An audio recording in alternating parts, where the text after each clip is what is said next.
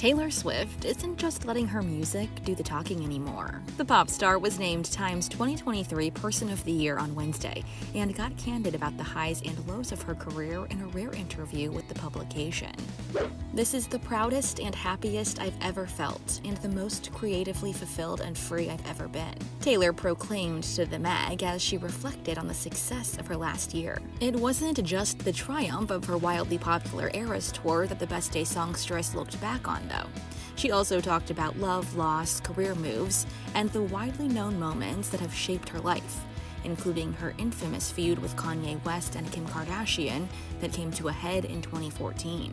At the time, Ye claimed that Taylor had consented to him using vulgar lyrics about her in a song, which she adamantly denied. Kim, who was married to the rapper at the time, then released a video of an alleged conversation between the musicians that seemed to portray her approval of the mention.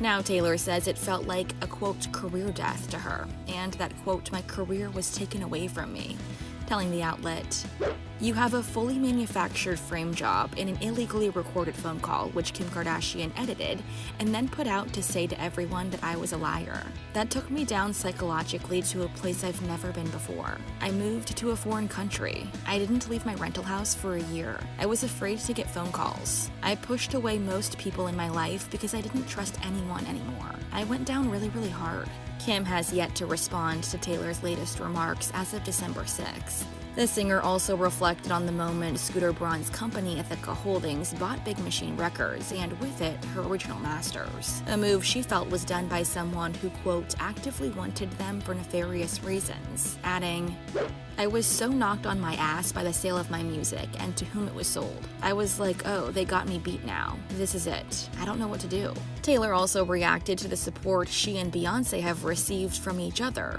calling the Break My Soul singer the, quote, most precious gem of a person and a, quote, great disruptor of music industry norms. The Cardigan singer even shared that famed choreographer Mandy Moore helped her prep for her latest tour at her friend Emma Stone's suggestion.